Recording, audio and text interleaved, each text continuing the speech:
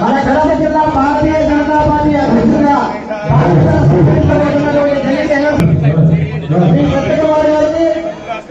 అలాగే Japan MLA ఆదాయం గారికి అలాగే భూపేశ్ రెడ్డి గారికి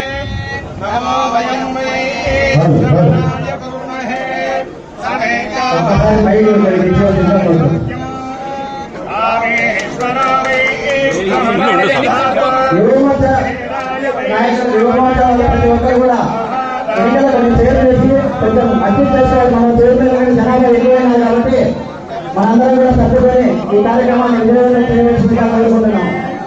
ప్రతి ఒక్కరు సైనికు పెద్దల ఆశీర్వాదం రాబోతున్నారు కాబట్టి పెద్దల సైనికుడికి ఆశీర్వాదం రాబోతున్నారు కాబట్టి దయచేసి కాంపిటీషన్లో ఎవరు కేటాయించుకుంటారో వాళ్ళు కొట్టాలని కోరుకుంటున్నాం.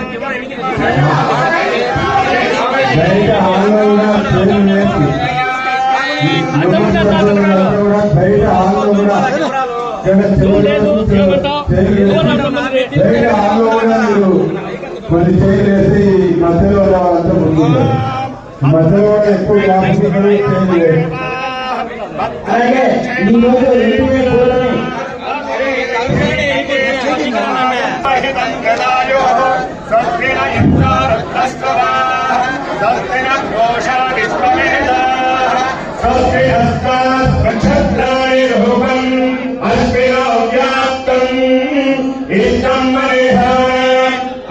भारत माता की, भारत माता की, भारत माता की।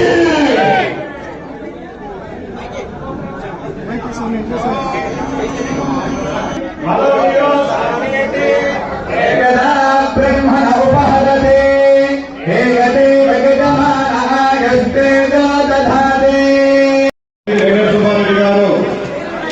జిల్లా అధ్యక్షులు వేదికగా కోరుతున్నాము. అయితే కూటమి అభ్యర్థి వారిని వేదిక అలంకరించవలసిందిగా కోరుతున్నాము. బాలకృష్ణ యాదవ్ రాష్ట్ర కార్యదర్శి వారిని వేదికకి రావాల్సిందిగా ఆహ్వానిస్తున్నాము. లక్ష్మీనారాయణ రెడ్డి గారు రాష్ట్ర కార్యవర్గ సభ్యులు వారిని వేదిక వైపుకి ఆహ్వానిస్తున్నాము. శ్రీ సింగారెడ్డి మన వాళ్ళకు కేటాయించాలి కొంచెంసేపు. తర్వాత మీడియా అయిపోయిన తర్వాత మనం మాట్లాడాలి.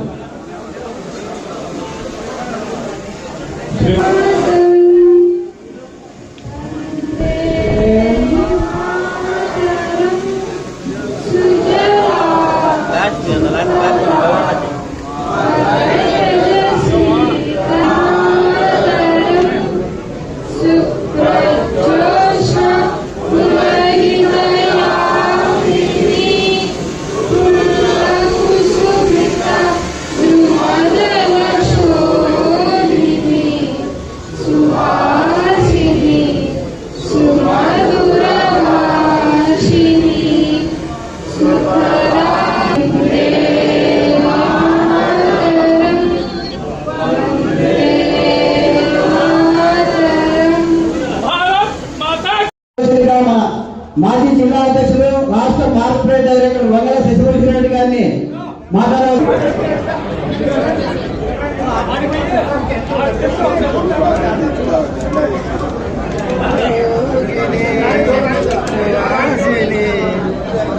అందరికీ నమస్కారం. గారు రాజగోపాల్ జనసేన పార్టీ వేదికకి రావాల్సిన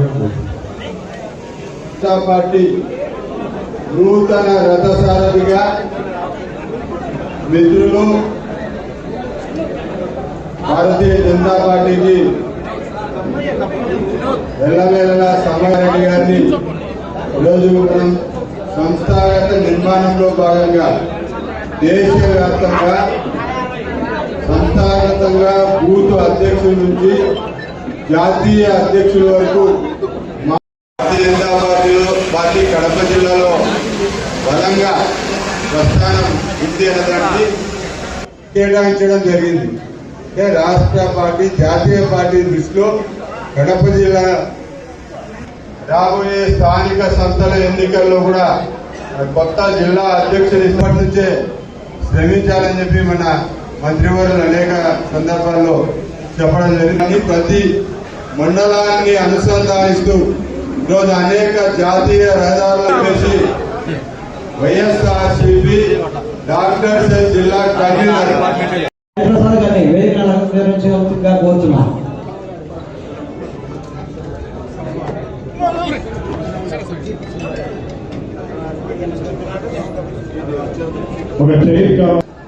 భారతీయ జనతా పార్టీ రాష్ట్ర ఉపాధ్యక్షులు ప్రభుత్వ విప్పు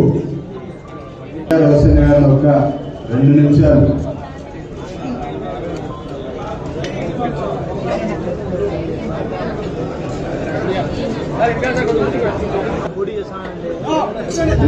గౌరవనీయులు సతీష్ కుమార్ సార్ గారికి, మన పెద్దలు ఎమ్మెల్యే అధికారులు అక్కడున్న జ్యోతి క్షేత్రంలో ఉన్న కట్టడాలను కూల్చివేసే పరిస్థితి వచ్చింది, కూల్చివేశారు. ఆ నేపథ్యంలో మన కిషన్ గారు ఇంకా అనేక మంది బీజేపీ పెద్దలు, జనసేన, టీడీపీ నాయకులు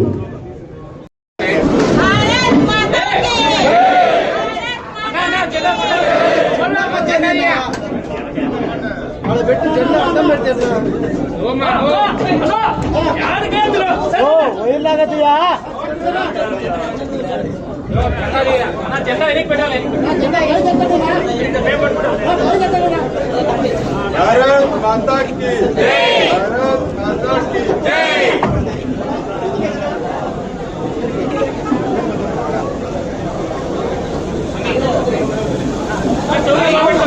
రివర్స్ పెట్టారు, టోపీ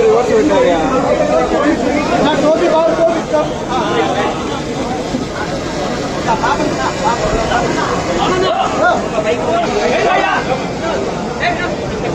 సుబ్బారెడ్డి గారి నాయకత్వం, సుబ్బారెడ్డి గారి నాయకత్వం, భారతీయ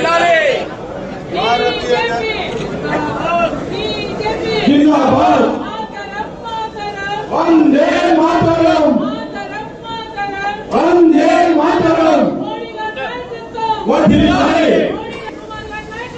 వర్ధిల్లాలి, వర్ధిల్లాలి, జిందాబాద్, జిందాబాద్. సత్యకుమార్ గారి నాయకత్వం, సత్యకుమార్ గారి నాయకత్వం, భారతీయ జనతా పార్టీ జిందాబాద్, భారతీయ జనతా పార్టీ జిందాబాద్, జిందాబాద్, జిందాబాద్, బీజేపీ జిందాబాద్, భారత్ మాతా కీ జై.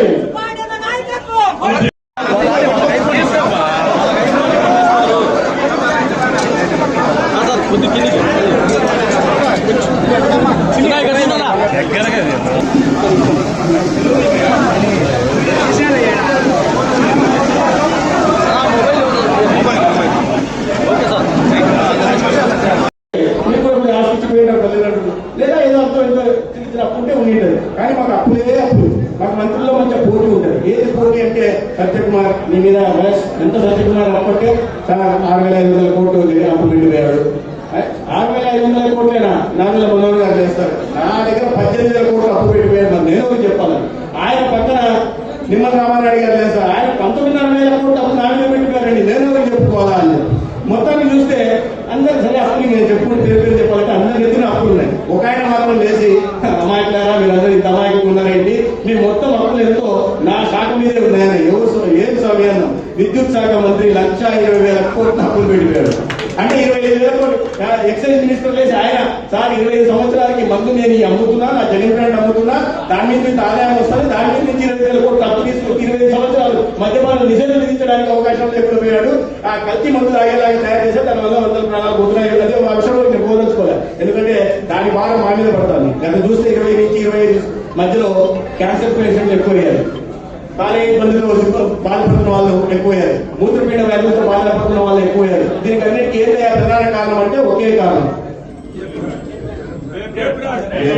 అటువంటి వాళ్ళు మన మీద నిందలు పోసే ప్రయత్నం చేస్తున్నారు. ఇంత పెద్ద ఎత్తున అప్పులు పెట్టిపోయి ఇన్ని తప్పులు చేసి అన్ని దోషులు ఇవన్నీ మేము ఒకవైపు ఇవి మాట్లాడుతుంటే ఇంకొక ఆయన చేశాడు అనగానే సత్యప్రసాద్ గారు. ఆయన అన్నాడు, ఆయన లేచి అయ్యా మీరు మీ మీద ఎంత అప్పు ఉందో కనిపిస్తా ఉంది, ఆయన మీద నీ మీద 6,500 ఉంది, ఆయన మీద 15,000 ఉంది, ఆయన 19,000 ఉంది, 1,00,000 ఉంది, మరి నేను ఒకటి చెప్పుకోవాలి మీ మీద అప్పు ఉంటుందా, మీరంతా రెవెన్యూనే కదా మంత్రి గారు అన్నాను. మీకు కనిపించదు ఆయన పంచభూతాలు దోచుకున్న జగన్మోహన్ రెడ్డి దేని వదిలా నింగి నేల నీరు నిప్పు గాలి భూమి అన్ని దోచుకున్నాడు. అది ఏదైనా సరే చుక్కల భూములు కానీ ప్రభుత్వ భూములు కానీ అటవీ శాఖ భూములు కానీ ప్రభుత్వ భూములు కానీ ప్రైవేట్ భూములు కానీ అన్నదమ్ముల మధ్య ఏదైనా వివాదాల భూములు కానీ లేదా అన్నా చెల్లెల మధ్య వివాదాల భూములు కానీ ఆస్తులు కానీ అన్నా చెల్లెల మధ్య వివాదాల ఏదో అవినీతి డబ్బు దీంట్లో కూడా అర్థమైంది కదా. అన్నా చెల్లెల మధ్య వివాదాలు ఆస్తులు కూడా దోచుకున్నాడు. నాది 13,50,000 ఎకరాలు దోచుకున్నాడు స్వామి. నేను చెప్పాలా, నా ముందు చూస్తే నాతో పోలిస్తే ఒక్కొక్కటి సగటున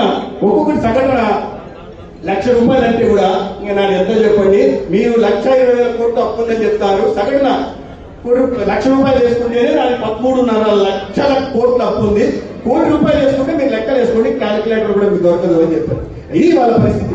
అటువంటి ఆయన ఇవాళ చంద్రబాబు నాయుడు గారిని విమర్శిస్తుంటాడు. ప్రతిరోజు పేపర్ లేదు అసలు ఎవరు చదువు వేరే విషయం.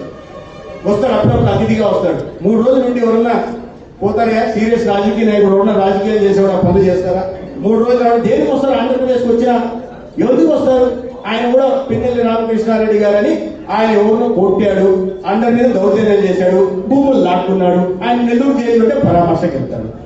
ఇంకొకడు కనిపించిన వాళ్ళని చంపాడు, మహిళలను మర్డర్ చేశాడు, ఆయన జైల్లో ఉంటే ఆయన చూడడానికి జైల్లో పోతాడు. ఇంకొక ఆయన పార్టీ ఆఫీస్ మీద దాడులు చేశాడు, ప్రజల్ని పీడించాడు, వీళ్ళు వాళ్ళు ఏ వర్గం చూడకుండా అందరి మీద దాడులు చేశాడు. ఆయన అంటే ఆయన చూడడానికి జైలుకు పోతాడు. ఆయన పరామర్శకు ఎప్పుడప్పుడు చుట్టపుగా ఆంధ్రప్రదేశ్కి వచ్చేది ఇటువంటి రౌడీ మూకల్ని కబ్జాదారులని పరామర్శించడానికి తప్పిస్తే ప్రజలకు ఉపయోగపడే సమస్యల మీద కానీ ప్రజల కోసం పోరాటం చేయడం కానీ ప్రజల సమస్యల మీద గొంతెత్తడానికి కానీ చివరికి అసెంబ్లీకి కూడా రావడం లేదంటే ఇటువంటి నాయకులు మనం అర్థం చేసుకోవాల్సింది. మిత్రులందరినీ నేను ఎందుకు చెప్తున్నానంటే అటువంటి నాయకుడికి అటువంటి పార్టీకి కూడా చెట్టు పేరు చెప్పి కాయలు అమ్ముకునే పార్టీకి కూడా మొన్న ఎన్నికల్లో 39% వచ్చాయి. నేను ఎందుకు ఈ నాడు చెప్తున్నాను ఇవ్వాలంటే నేను అధ్యక్షుడు కోరుతున్న ఒకటే 39% ఓట్లు ఉన్నాయి. మన కూటమి 57% ఉన్నాయి. ఆ 39% ఓట్లను కూడా మనమే తీసుకోవాలి. దానికోసం భారతీయ జనతా పార్టీ ప్రతి కార్యకర్త పనిచేయాలి. కూటమిలో ఎవరు తెలుగుదేశం పార్టీ ఎన్ని తీసుకుంటే అన్ని తీసుకుంటుంది, జనసేన ఎన్ని తీసుకుంటే అన్ని తీసుకుంటుంది.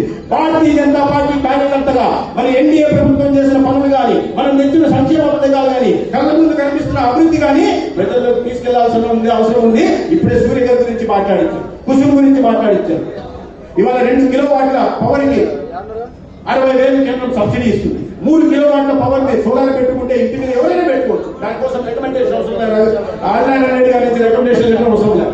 ఎవరైనా సరే అర్హత కలిగిన ఇల్లు పక్కా ఇల్లు ఉన్న వాళ్ళు పైన 100 చదరపు అడుగుల స్థలం కలిగిన వాళ్ళు ఎవరైనా అప్లై చేసుకుని పిఎం సూర్య గారి కింద 3 కిలోవాట్లు విద్యుత్ తీసుకోవడానికి ఉచితంగా తీసుకోవడానికి అవకాశం ఉంది. 75,000 సబ్సిడీ ఇస్తుంది. మిగతా దానికి ఇసుక మీద లోన్ తీసుకుని దాన్ని కూడా డిస్కౌంట్ తర్వాత చెల్లిస్తుంది. కొన్ని రోజులతో 7 సంవత్సరాల తర్వాత మీరు 7 సంవత్సరాలు మీరు వినియోగదారుగా ఉన్నవారు ఉత్పత్తిదారు అవుతారు.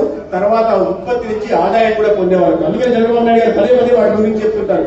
ఒక్కొక్క నియోజకవర్గానికి బాబు ఇవి చాలా చూస్తున్నాం.